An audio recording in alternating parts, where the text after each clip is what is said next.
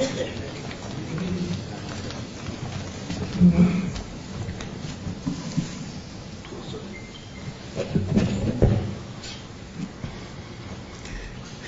evening, all of you. It is one of the trying moments in my life. I would have been better off in the audience, given the expertise of those on the dais. To me, it seems to be a litmus test before the upcoming monsoon session. Ladies and gentlemen, when I sit in Rajya Sabha, on my right is the government, on my left is the opposition. There are occasions when I'm easy punching back for both. This is a verifiable factual situation, and I'm sure you will engage in that. Those who will do so will do me a great favor. They will share my concern and anguish. Sri Suresh Prabhu, he has had many hats, but the one I look at always, he is a source of inspiration and motivation, and a man full of positivity. His visits to Rajbhavan, Kolkata, city of joy, where I was governor for 3 years, were soothing to me, and same when I hold this office of Vice President. But herein, his visits have been infrequent, but I made it a point to visit him in Maharashtra, which is not very keen at the moment. Shri Manish Tiwari, a very distinguished member of Parliament, a former Union Minister, and I am always, even if I disagree with him, that is more often than not, I admire him for his sharp intellect, timely intervention, and he is always at his best, never trips. He demonstrated this for the benefit of the entire nation while he was abroad recently.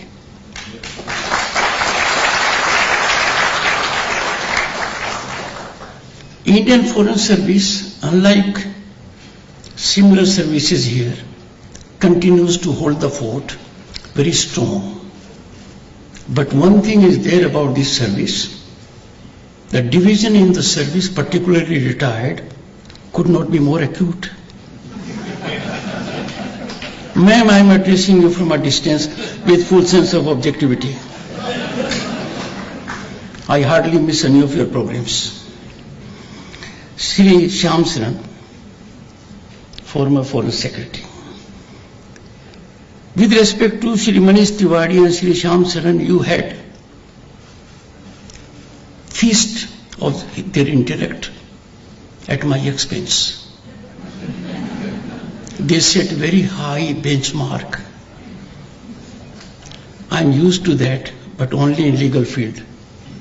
Both of them have taken me to a difficult terrain where headwinds, air pockets, and challenging terrain all have converged to make my life more uneasy than in the chair in Rajya Sabha. Coming to Dr. Ram Madhav, he reminds me always, and whenever I look at him and meet him, I say the same thing. So it is not for the first time. Two epics, Ramayana and Mahabharata. The central characters, Ram and Madhav.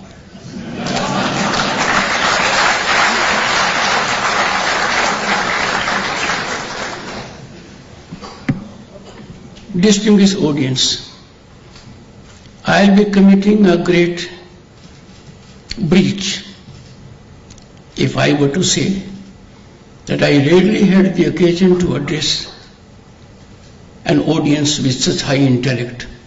My parliamentarians may take offense at it. But then sometimes truth must prevail.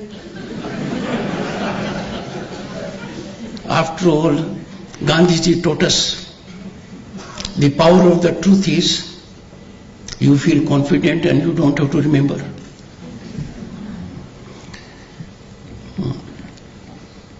Excellencies, distinguished audience, I am tempted to name some, but that will be making a mistake because I know most of you.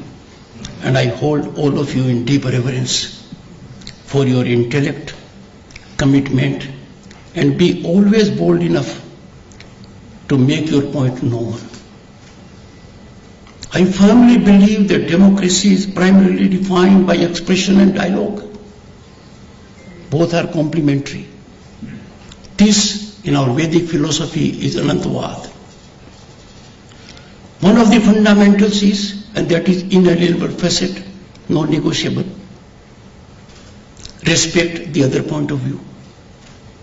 My own experience shows, more often than not, the other point of view is the correct point of view, but I am saying it only for myself, not for Manish Tiwari and Shyam Saran ji, for me. Friends, it is an absolute honor and privilege to share my thoughts with such a distinguished audience in Bharat, home to 1/6 of humanity, the most vibrant, oldest, largest democracy on the planet, with civilizational ethos of 5,000 years. I am really humbled. Through a writing trail of over 2 decades, Dr. Ram Madhav has got in the groove of being a philosopher and a thinker. On several issues, his columns in the Indian Express are a delight for the reader, thought-provoking, steering human genius towards seeking resolution of issues. I strongly commend this impressive and daunting undertaking, the New World, 21st Century, Global Order and India. I congratulate him. He must have heaved a sigh of relief after hearing Shri Shyam Saran and Manish Tiwari. You have crossed the first barrier.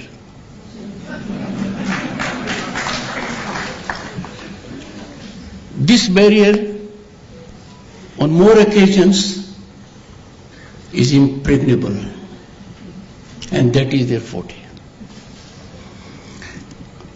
The book ruminates upon the current and crittering liberal order and reflects upon the potential new order. Manish Tiwari reflected at length on these as well. So did Shyam Saran ji. Friends, at first glance, it reminds me of Paul Kennedy's, I quote, "The rise and fall of great powers," unquote. George Dunham, an American thinker, 3 decades ago, in a treatise effectively suggested that there is absence of strategic thinking in India on account of its Hindu philosophical roots.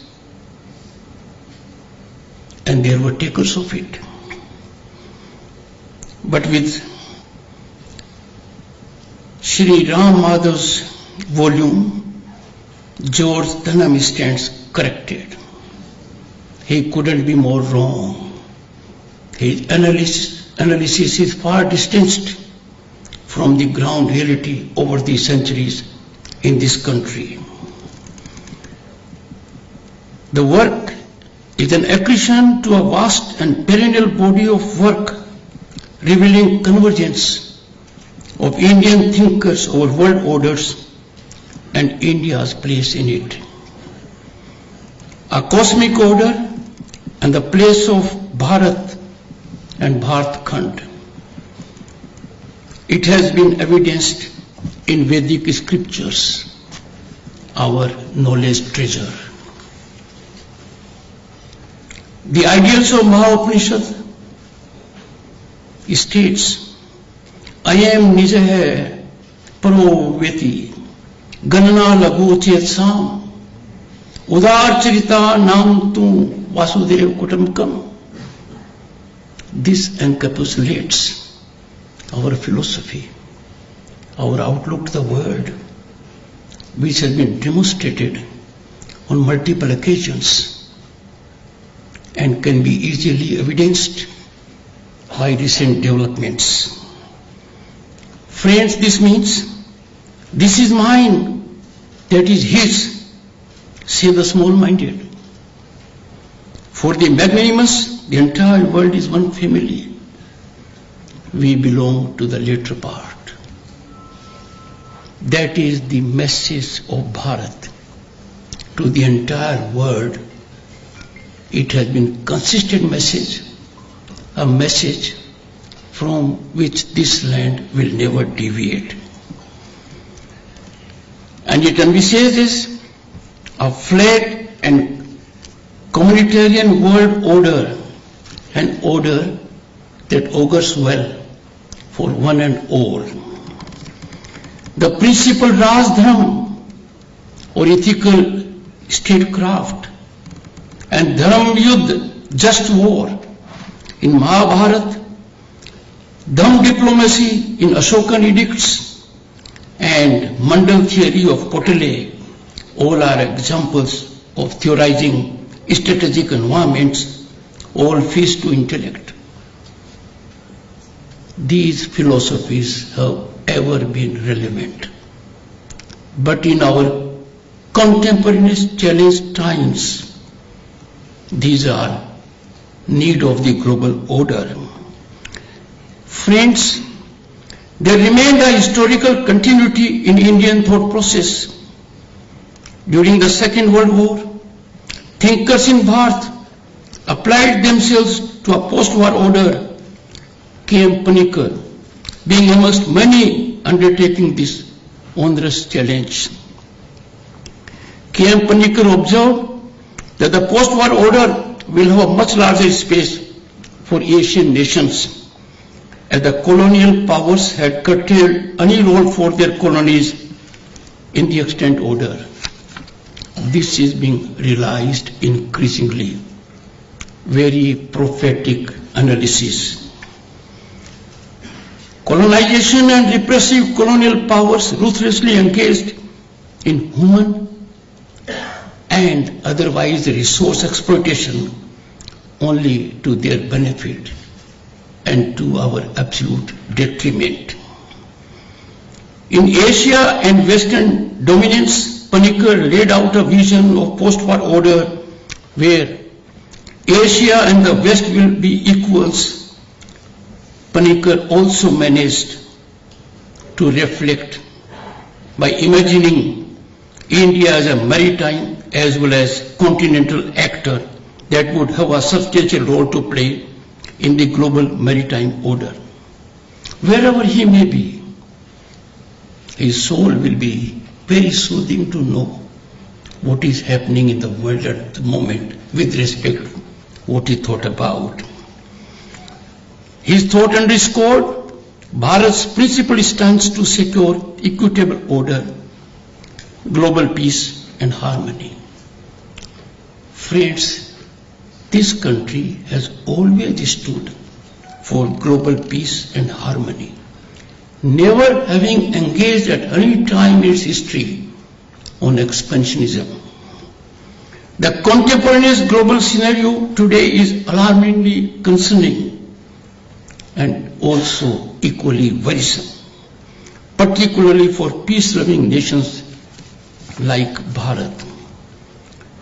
Today, as we stand at a critical juncture of history, Ram Madhav stands in that illustrious lineage of India thinkers who assiduously and vigorously embraced the intellectual challenge of thinking about the past, the present, and the future.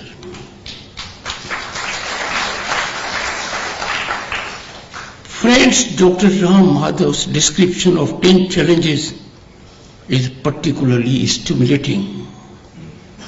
Considering that there are many more such challenges, an attack on civilizational ethos of countries like India would surely be one such. I must share with you some challenges for the nation are existential. I would not deliberate much on them, but the time bomb is ticking. Very prospects of changes, particularly orchestrated ones. I am limiting the challenges. But those challenges that are orchestrated in the demographic and civilizational character of a country that has 5,000 years of history is bound to evoke concerns that will have repercussions for both domestic and global order. Our identity in its pristine value system has to be preserved.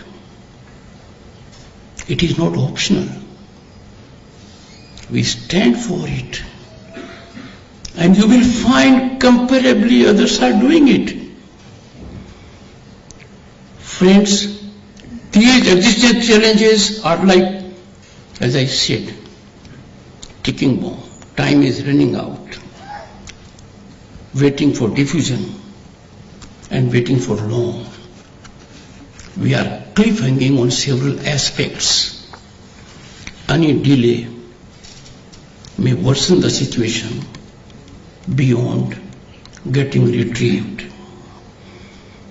Browsing through the pages of New World, 21st Century Global Order and India, I felt the imprint of Vinayak Damodar Savarkar in the author's thought.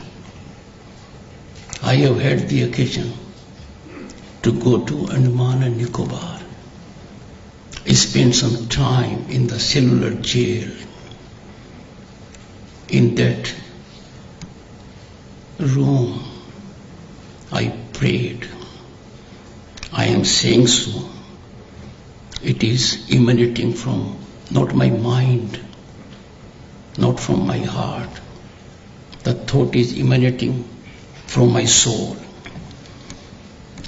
Savarkar, despite all the untenable misgivings, and untenable misgivings in extremity, remains a celebrated thinker who stood at the wee hours of the post-war order. Savarkar, a staunch realist, believed in a post-war world where nations would act only in pursuit of their own interests, not based on idealism, morality, or international solidarity. Imagine how prophetic he has been. Look around last fortnight, last 3 months. All this has been seen by all of us. He rejected pacifist or utopian internationalism and emphasized that India must safeguard its sovereignty through strength, not by relying on Western-dominated institutions like the League of Nations or later the United Nations, both ignoring due place to 1/6 of humanity. Peace comes from position of strength. Sovereignty is best secured when we are ever ready for war. Friends, I could not agree more with lamentations of the author Dr. Ram Madhav. He highlights a perpetual decline of global multilateralism and prescribes India to give up romanticism and focus on economic growth. While asserting this, I heard my good friend, parliamentarian, former Union Minister Manish Tiwari. He also reflected with a variation. I am not entering into a caveat. Friends, today strengthening Bharat is the governing philosophy and a resolve of this government. It is steadfast, firm, non-negotiable, and notwithstanding the critics, it is spinally strong. The nation has never ever projected its stand so firmly. Let us not be misguided by the traction who said what. The government and India and its people stand firmly for the nation first, and our nationalism. And just imagine, from digital to physical infrastructure and from research to education, India has been single-mindedly dedicating itself to showing its strength. The kind of strength Bharat needs has been carefully brought about by empowering the people to an extent, the scale which is mind-boggling. More than 500 million people getting into banking inclusion. Look at the scale at which people got gas connections. Look at the level at which digital penetration has taken place. I don't want to go on more, you know it. This has created Bharat in last 10 decades as the most developed nation in the world, developing by speed, taking note of the large global economies, making Bharat as the most aspirational nation at the moment in the world. Friends, these are times when we are easily misunderstood. The travesty of it is that when you say these things, hypocritically, psychophancy overtakes the traction to denude you of your position by exactly pointing a finger which normally should be pointed towards them. Friends, even the Fabian socialists of the 50s cannot disagree with the direction of the country as we strive to attain. And what do we strive to attain? We are not creating Bharat. It was not born on 15th August 1947. We only got rid of colonial power. Sarve bhavantu sukhinaya, sarve santu niramaya. That is our philosophy. May all beings be happy. May all beings be free from illness. Maintained the tag of world's fastest growing economy during last decade. The Bharat has today enviable demographic dividend when it comes to youth. Our median youth age is 28. We are a decade younger than China and USA. Friends, as Bharat achieves universal well-being for all citizens, we become role model for others. We lead by example, not by proclamation.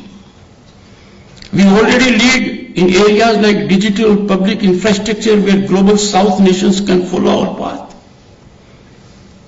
It was the visionary leadership of Prime Minister Modi that during G20, the concerns of global South could be put on the radar.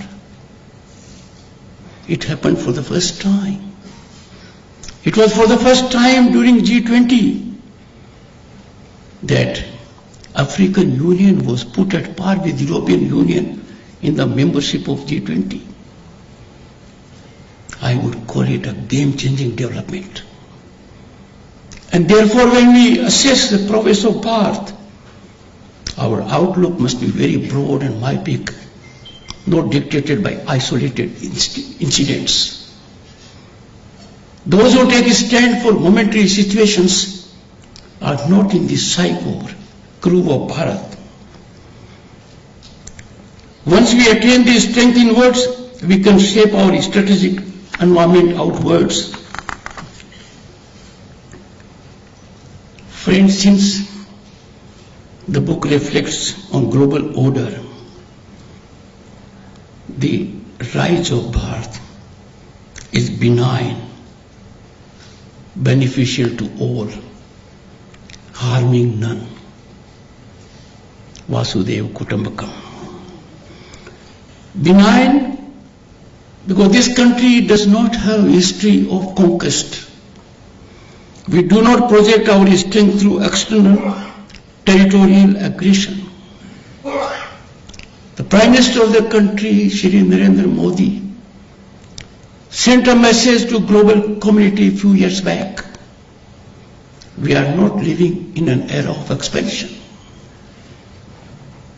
He conveyed to the entire world that this nation believes that all global disputes, conflagrations need to be addressed through dialogue and diplomacy. And the Prime Minister did it recently when we had terrorists from across the border. He targeted only terrorists. It was calibrated, precise, to keep away civilian population. Bhawanpur and Muridke, associated with Jaish-e-Mohammed and Lashkar-e-Taiba, are proof of it. And how penetrating it was. Coffins were taken to Kabristan accompanied by terrorists, ministers, and people in uniform. But when it comes to defending ourselves, there has been legitimacy of the use of force in our strategic thought, as we have believed in Dharam Yudh or just wars. I said so in the beginning. This is sanctified by our Vedic philosophy. Friends, let me again focus on the recent episode, Operation Sindoor. There was not an attack on 26 souls. What was ravaged was soul of Bharat. We are a land of Gandhi. Such a barbarity, such act of terrorism. The attack was on our integrity, unity, sanctity of Bharat and Bharatiya values. Let me say with deep conviction, what is inclusivity is in our civilizational vein. No one in the world can rise to a level to give us any lesson as to what is inclusivity.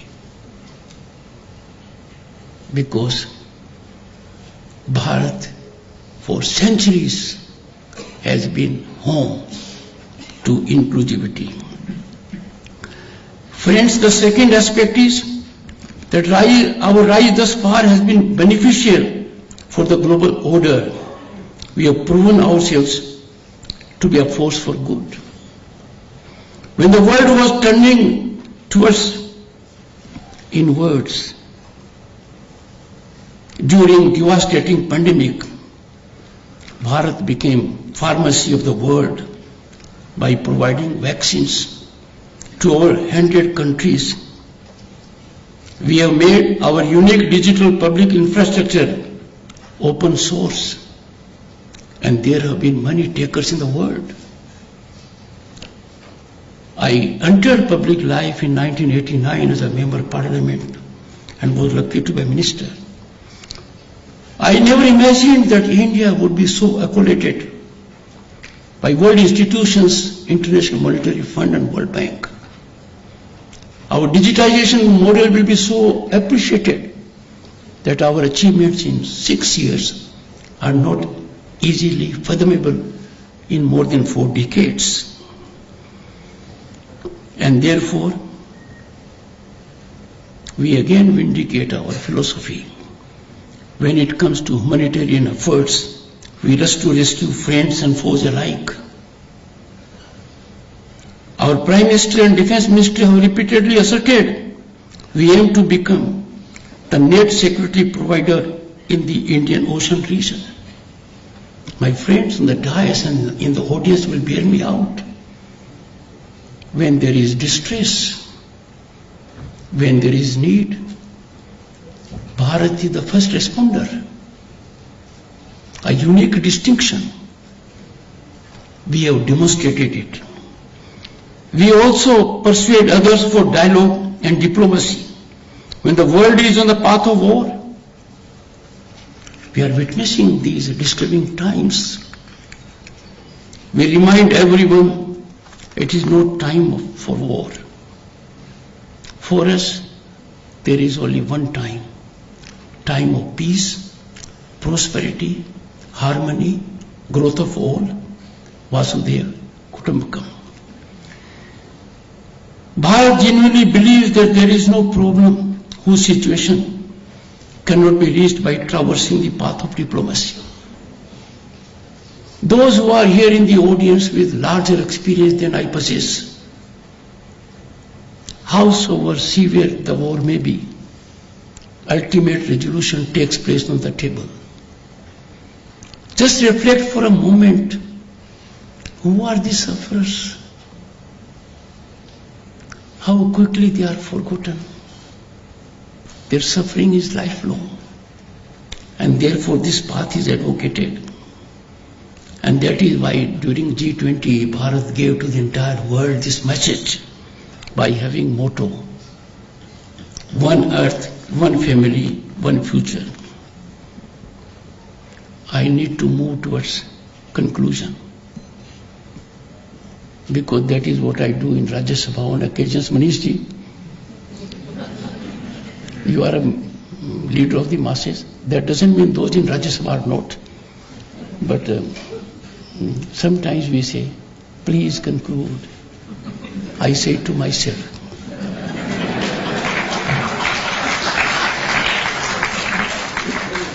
Friends, the pathway to Bharat's rise would require careful treading. Because there are forces that are determined to make our life difficult. There are forces within the country and all outside. These sinister forces, pernicious to our interests, want to strike by dividing us on issues even like language. Which country in the world can take pride of the language richness as Bharat? Look at our classical languages, their number. In Parliament, 22 such languages allow and afford opportunity anyone to express in them. It would require many such thinkers to come together and debate and discuss challenges and opportunities and aid policy makers in making right strategic choices. Evolution of policies must take place now, a little more representative character. India's think tanks, they are available in various formats, different political parties. It is required that there be convergence. I wouldn't suggest, Manish ji knows, the political temperature has to come down.